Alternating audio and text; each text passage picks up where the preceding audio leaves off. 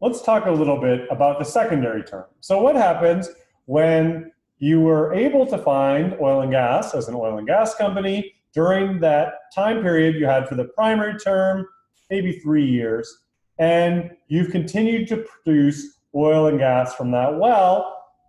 What could happen to cause that secondary term to end? In other words, that oil and gas would no longer be produced. So as a reminder, here's that habendum clause, that term clause from the producer's 88 lease. Subject to the other provisions herein, obtain this lease shall be for a term of blank years from this date, called the primary term, and as long thereafter as oil and gas or other mineral is produced from said land or land with which such land is pooled hereunder. Now, we talked about the main problems. One is maintaining the lease during the primary term, proper payment of delay rentals, etc. And then, if you do find oil and gas, extending and maintaining the lease beyond the primary term. And as we advertised last time, and we'll go into in depth this time, what does it mean to continue to have production or to have production in paying quantities, as is often required? So let's talk about the Stanton versus Barnhill case. What we'll see is that what production means in the context of gas production is one of those things where Texas law differs in important ways from Oklahoma law. So here we're looking at the Stanton case, which is page 251 in your Texas book. Here we had a 5-year primary term. The lessee, Stanton, found sour gas. What does sour gas mean? Remember, sour gas or oil is gas or oil with impurities in it, often sulfur. And so that can be less valuable because you often have to remove those impurities before you can use it. So Stanton has this, the oil and gas company, the lessee, has this well, it produces sour gas, but there isn't a market yet for sour gas until 1935. Now, during the primary term, the appellees, who is the lessor, the landowner, they filed an affidavit of non-production. Now, why would you do that if you were the lessor, the landowner? You're doing that because you want to make clear this lease isn't producing, and so therefore it's going to end at the end of the primary term. Now, Stanton says, well, wait a second, we were just holding this lease until there was a market for it. We had a productive oil and gas well, we should be able to keep it. But the court disagrees and says, nope, the lease ceased to exist at the end of the term because you weren't producing oil and gas. You had just shut in that well, you were not producing it because there was no market until 1935. Here's what the majority says about what production means. So this is the Texas rule, it's also the rule in most states. If within 5 years, the appellants have developed and produced in paying quantities, their interest in the estate continues. But on the other hand, according to the lease, if oil and gas is not produced within the period, the lease comes to an end. It terminates and no act on the part of the lessor is necessary in order to accomplish that result. The lease automatically ends when there's not production at the end of that primary term. Oklahoma has a different view, and we'll talk about why that is. So Pack versus Santa Fe Materials, page 254 in your book. What happened here is the lessees, the oil and gas company, shut in that well for longer than the 60-day cessation of production term in the lease. That cessation of production is a concept we're going to explore in a later class, but basically what it says is if you don't stop producing for too long, we'll say that it's continued to produce. So although you get to keep that lease as long as oil and gas is produced, if you stop for 1 day, no big deal, right? There's a cessation of production term that says you can go for a while. But this was for longer than the 60-day term. So the question is oil and gas still produced from this well? And literally, the answer is no. Well, you're an oil and gas company. Your job is to produce oil and gas. Why did the lessee oil and gas company shut in that well for a longer period of time? The answer is they were waiting for higher gas prices. So gas prices differ across the country. And what I want you to notice here is that a lot of times there can be peaks in gas prices during the winter months. So there can be peaks in gas prices during the winter months. Why is that? Well, the basic reason is because people use natural gas for heating. And so when it's colder, people need more natural gas for heating, and so the price can rise. So in some parts of the country, particularly in the north, you can get much higher prices for natural gas if you produce it in the winter months. So why not shut in your well during those summer months and get, so when you're not going to get much for the natural gas, and then produce more during those winter months when you'll get more money. And remember, the interest of the oil and gas company and the royalty owner, the landowner, should generally be the same, which is if the royalty owner is getting 1/8 of the value of the gas produced, why not let the oil and gas company determine when it's worth most, and then you'll get 1/8 of a higher number. Now, the reason this is so important for gas markets is because remember, gas, because it's a gas, is expensive to transport and store. And that's also the reason that you see very different prices in natural gas across the country. So what you can see here is you get high prices for natural gas in this dark blue and light blue are both up into the Northeast. Those are New York and Boston. You can see that they had a cold winter in 2018. And so you had natural gas prices 4 or 5 times higher than in the rest of the country. You can see that at various times, natural gas prices in the Pacific Northwest have been high, in the as well as at these other West Coast hubs. And you can also see that in the places where natural gas is produced, often natural gas can be very cheap. So that's the Waha hub in West Texas. And what I want you to notice is that is almost always the lowest price, because remember that these oil and gas wells in the Permian Basin produce both oil and gas together. We call that associated gas. That gas, because it comes up with the oil, even if you don't have a great market for it, you still have to produce it. Now, what can you do? Well, you can try and get the lowest, whatever price you can, even if it's really low. But what we see on this graph is sometimes it gets extremely low. It actually got to negative. So you were having to pay for somebody to take it away. And think about how bad that is for somebody who's producing gas from their well, because they invested all the money in the well. Then they have to invest in little gathering lines that can be sealed tight for gas and get it to the market where it's needed. So you need little gathering lines, a bigger pipeline, have to pay for transport to the market. And once you've gotten your gas to the market, well, you're actually getting a negative value. You're having to pay somebody to take that away. So that's a big problem. So why not just wait till that gas is worth more? That was the theory that the oil and gas company in the PAC case was using. And it's sort of similar to the theory that the oil and gas company was using in Stanton. Now in Stanton, the court said, nope, that's not what you can do. The lease says that oil and gas has to be produced to keep the lease. You stop producing, you don't get the lease. PAC, we'll see, reaches a different conclusion.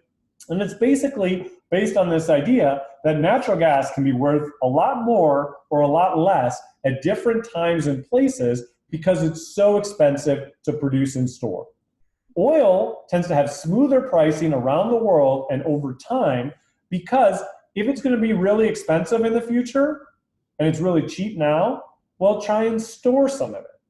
And then that actually will raise the price a little bit right now because you're storing, taking some off the market, and it will lower the price in the future because you'll have those stored oil to release on the market. Similarly, if it's really expensive in one place but cheap in the other for oil, you just transport the oil to where it's expensive so you can get more money for it. By contrast, in natural gas, because it's so expensive, you have to build a pipeline and you have to have your airtight container to store it in. You can see you get really big differences regionally and over time in the price of natural gas. And so sometimes people say, well, why don't I just not produce it right now, leave it in the ground, for the moment. However, you can see that that is not, in fact, what happens on this picture of the United States at night. And what I want you to see is you can see that U.S. East Coast. For those of you who saw my presentation on flaring, you will recognize this picture. You can see the U.S. West Coast. You can see this is Dallas down here. And you can see where you can see Chicago, see where I'm from, Minneapolis. And then in western North Dakota, it looks like there's a giant city. I love western North Dakota. I can promise you there is no giant city there. That is hundreds and hundreds of oil wells flaring natural gas. Because they see those low or prices near zero for natural gas, and they say, why would I invest money, tons of money, millions of dollars in pipelines to take that to a market where I'm going to get zero for it? Instead, I'm just going to burn it. And the reason we burn that natural gas rather than just venting it to the atmosphere is that if it vents to the atmosphere, it's an actually much more potent greenhouse gas. It's worse for climate change. It's better just to turn it into carbon dioxide, which is bad for climate change, but not nearly as bad. Natural gas, methane, is about 30 times worse. So that is a problem in Texas as well, where again, companies feel forced to produce their oil and gas leases to keep them, but the gas really isn't worth anything right now. So again, we see hundreds and hundreds of wells in the Permian that are just burning gas 24/7. And you can also see them here in the Eagle Ford Basin, that you have these oil wells that are just burning natural gas because there's no market for it. This has become a giant problem in Texas. You're not able to see just the very end of this, but the natural gas flaring in Texas has continued to increase to the point where Texas flares more natural gas than some nations use. And this is a huge waste because this natural gas could be very valuable and have huge environmental and economic benefits around the world. So a lot of times when people talk about the environmental impact of natural gas, they're thinking about climate change. So they're thinking about carbon dioxide emissions. And you'll hear people say, well, natural gas is way cleaner than coal, and it's true. You also hear people say, well, it's way dirtier than solar or wind or nuclear, because those renewables, they have zero emissions. So it's much dirtier, and that's also true. So natural gas has helped the U.S. lower greenhouse gas emissions by replacing coal with natural gas.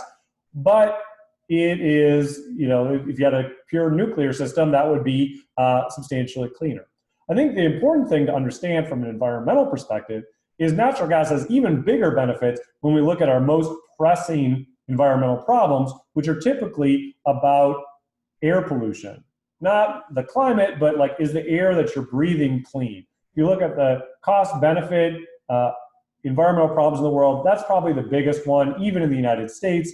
And what we would say is that, natural gas is basically perfectly clean. At least it's much closer to nuclear and renewables, i.e. zero emissions, than it is to our other sources of power like coal or oil. Same thing is true if I looked at particulate matter or sulfur dioxide. So natural gas could be great but obviously it has no benefits if we're just flaring it off in the Permian, if we're not using it.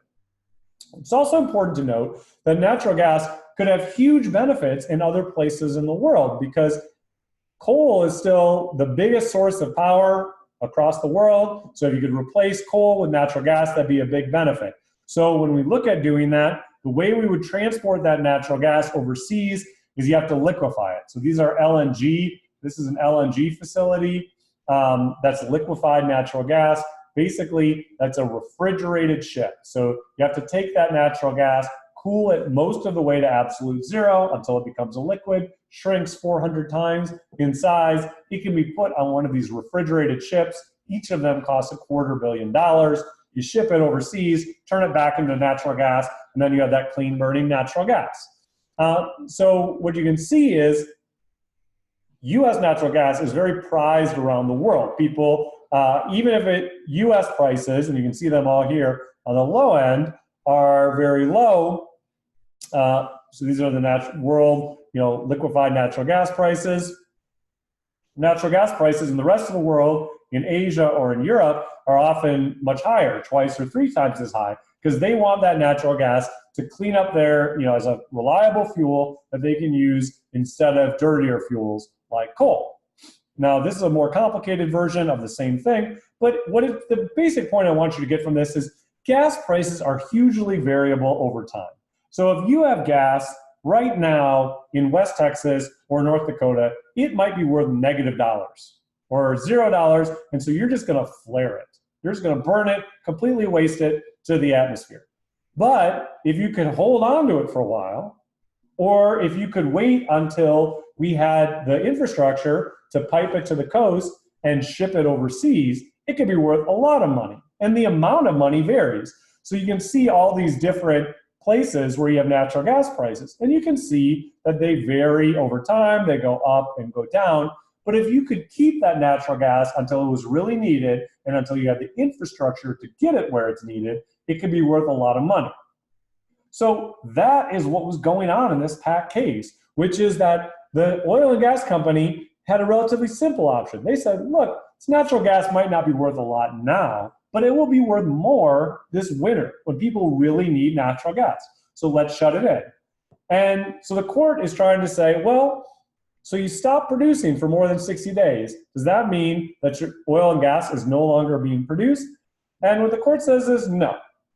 Production here, oil and gas being produced, means capable of production. So it's not that the lessees, the oil and gas company, ran out of gas. The issue was their well was capable of production. They were trying to help both parties by waiting for when that natural gas was worth more. Okay, let me ask you a question. If this was in both parties' interest, why would the lessor want to stop that lease? If oil and gas company was acting rationally, waiting for the higher prices, why would the lessor want to stop it? Well, there could be a couple of reasons. One is maybe the lessor thinks, oh, there really won't be higher prices this winter. But often a lessor just wants to get out of an old lease because every time you can have a new lease, that means more bonus money, and potentially you could negotiate for a higher royalty. Because remember, we talked about royalties used to always be like 1/8. Nowadays, people can negotiate a higher share of production from their royalty, maybe a quarter or as high as a third. Okay. The other thing I want you to notice is one way of finessing this Stanton or PAC case is, what if you didn't just shut in the well when prices were low, but you just throttled it back a little bit? And what I want you to see is that natural gas companies are getting much, much better at throttling back their production, remotely controlling some wells, so that basically when there's low prices, throttle back production. When there's high prices, open it wide open and get higher and get more value. And what you can see here is that this really changed just in the last few years. So in 2015, what this graph is showing you is that if you look at prices in blue and the production in white, they're not really correlated.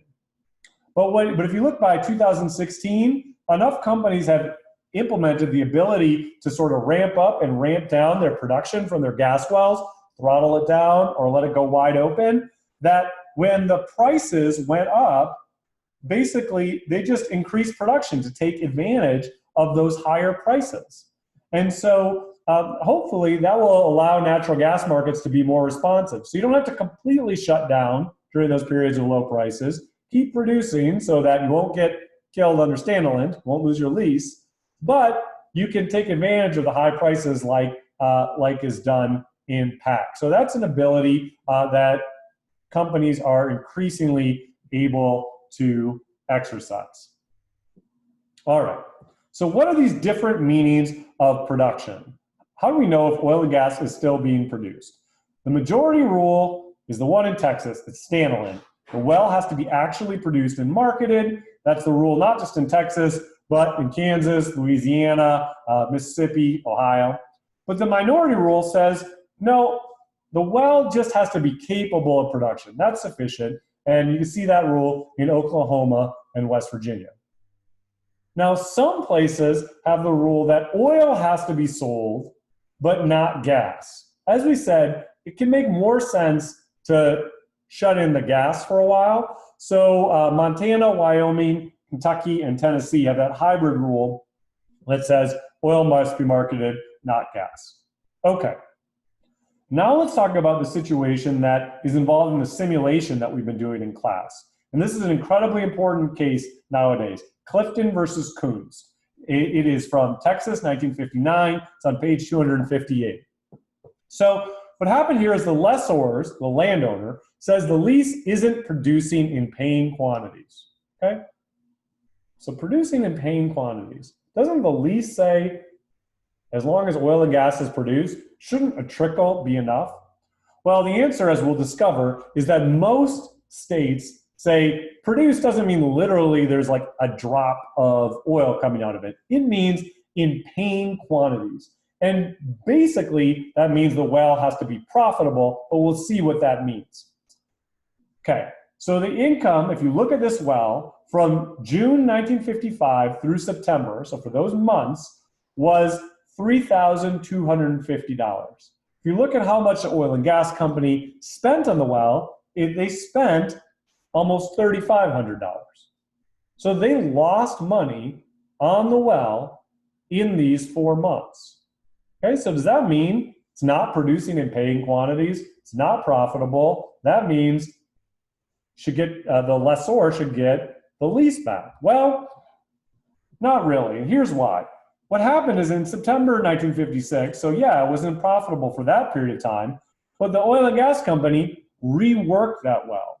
That means, is there something clogging the well? Does it need to be, deepened? Does it need to reach to a little different part of the formation, et cetera? And when they did that, it was an 1,800% increase in production. So you can see why the landowner wanted this well back, right? It was, oh great, if I could get my lessee, my oil and gas company off this, I've got a really valuable well here. And it was unprofitable for this period of time. So shouldn't they be kicked off? Well, the court says, okay, no. First of all, if we're trying to see if a well has produced in paying quantities, there's this 2-part test, and we'll go more in depth on this. But first is there a net profit over a reasonable period of time? And if not, is there a reasonable basis for expecting profitable returns? In this case, pretty clear, there was, obviously not only was it reasonable to think you might be able to get a profit from this well in the future, actually there's 1,800% increase in production. So that is, there was actually, it eventually did become profitable. But this has led to what we call the litmus test and the legal test. The litmus test is that first part of the test from Clifford versus Coons. So have operating revenues been greater than operating costs over a reasonable period of time? Okay. So in other words, just like if we did cash flow analysis, has this well been profitable? If it hasn't been, then we apply the legal test. So the second part of the Coons test is, would a reasonable, prudent operator, motivated by profit and not by speculation, nonetheless continue to operate the lease in the manner in which it's being operated? So in other words, okay, so even if we've established that you haven't been making a profit on this, would a reasonably prudent operator nonetheless continue to operate thinking it's going to make a profit eventually? So why might you think you're making a profit eventually? Well, one is maybe prices have been artificially depressed and you expect oil and gas prices to rise, and so you'll make more money from it in the future. Another reason is, you're just trying to get everything together to rework the well so that you'll be able to get more production from it. Okay? So there's a couple different reasons you might think that a reasonable, prudent operator would continue to use it. But what does this speculation mean? Well, basically what the court is trying to avoid is, what if there's a situation where really the oil and gas company is just sitting on this, and yeah, they're losing a little bit of money every month, but they figure, you know what, I'm going to sit on 100 leases, and maybe one of them will prove to be sitting on some fine, and if it does, I'll make up the money for all the other leases, right? Now, At some point, that just seems unreasonable, or we would think a reasonably prudent operator wouldn't do that. The problem, the gray area that leaves is, what's really the difference between speculation and profit? Like, why do you speculate? Typically, it is for profit. So at some point, I guess the courts are saying that if it gets, the prospect of profit gets too remote, we're not going to allow you to continue producing this lease. You have to give it back to the landowner. Okay, so what is in paying quantities? Where does this come from? So first of all, many leases will actually have as long as oil and gas is produced in paying quantities. So it might be in the lease. But even where it's not in the lease, it's implied in most states, although a couple use different standards, like West Virginia and Kentucky, but it could mean different things. So one is in the lessee's subjective view. So in terms of the oil and gas company, does the oil and gas company believe it's making a profit from this well? Based on its perspective, is it making a profit? Second is, what would a reasonably prudent operator do? That's the rule in Texas. That's the more common rule. And another way of looking at it is it paying quantities, i.e. giving enough compensation to the lessor? Because the lessor is getting a share. So even if the well is unprofitable, the lessor is still getting 1/8 of production, so they're still making money. But what does that mean exactly? You know, how would you define sufficient to compensate the lessor for the trouble of having this continued well operating on its land? Let me note, one big challenge that we're going to have in coming years is the increasing negative natural gas prices that I showed you for the Waha hub. What do you do with a negative natural gas price? Now, if the company, let's imagine it's not an oil and gas mixed well, but you're producing with a negative natural gas price well. You're obviously not making money because the ultimate product you're making is you're having to pay somebody to take it away. So what compensation is the lessor, the landowner, getting? Well, it's getting 1/8 of nothing or less than nothing. So it's getting no compensation. So it's not, that presumably is not sufficient to compensate the lessor. Well, what would a reasonably prudent operator do? Well, presumably, if everybody's operating these leases that continue to flare gas or produce gas in a negative, for a negative value, then they think that eventually we'll get higher natural gas prices, and so they'll make a profit. So if we went back and looked at that Waha hub graph, that West Texas natural gas price, we see it went negative for a while, then it went back positive. So certainly, you would produce natural gas at a negative price for a little while, just hoping that the price would go up. Is that speculation, or is that what a reasonably prudent operator would do? Does it matter if it's what everybody's doing? Does that mean it must be what a reasonably prudent operator would do, since every operator is doing it? These are some of the big questions that are arising with negative natural gas prices. And I'm going to end up talking about that at a Texas CLE in January. All right, in paying quantities, the majority view. The majority view is again, litmus test is operating revenues bigger than operating costs over a reasonable time. Your operating revenues are your sales of revenues attributable to the working interest. Working interest basically means everything but the landowner's royalty. So in most cases, old lease, we're talking 7/8 of production. And you just take that 7/8 of production and determine how much it's worth. So, if it was 8 million barrels, we take 7 million barrels. And if the oil costs $50 a barrel, we take 7 million barrels times $50 a barrel, we get $350 million, okay? Then you compare that to the operating cost, the actual and direct cost of producing and marketing. So those are described in the book at page 267 to 268. So what about your depreciation and your administrative cost? All right, so there we look at a reasonable time over a period of at least a year. If you want to see an explanation of this, you should look at Stewart versus Amanda Hess, which is on note 3 on page 266. So this says the lease continues so long as the interruption of production and paying quantities doesn't extend longer than reasonable or justifiable. But under no circumstances will cessation of production in paying quantities ipso facto deprive the lessee of his extended term estate. A decree of lease cancellation may be rendered where the record shows that the well was not producing in paying quantities and there are no compelling equitable considerations to justify continued production from the unprofitable well operations. So we're looking, again, for two things. It has to be unprofitable. So you got to show that those operating costs are bigger than the operating revenues. And then two, you got to show that there's not a reason that you would continue to operate it anyway. And so with the big question in these negative natural gas pricing cases, do these oil companies have a reason to continue operating those leases?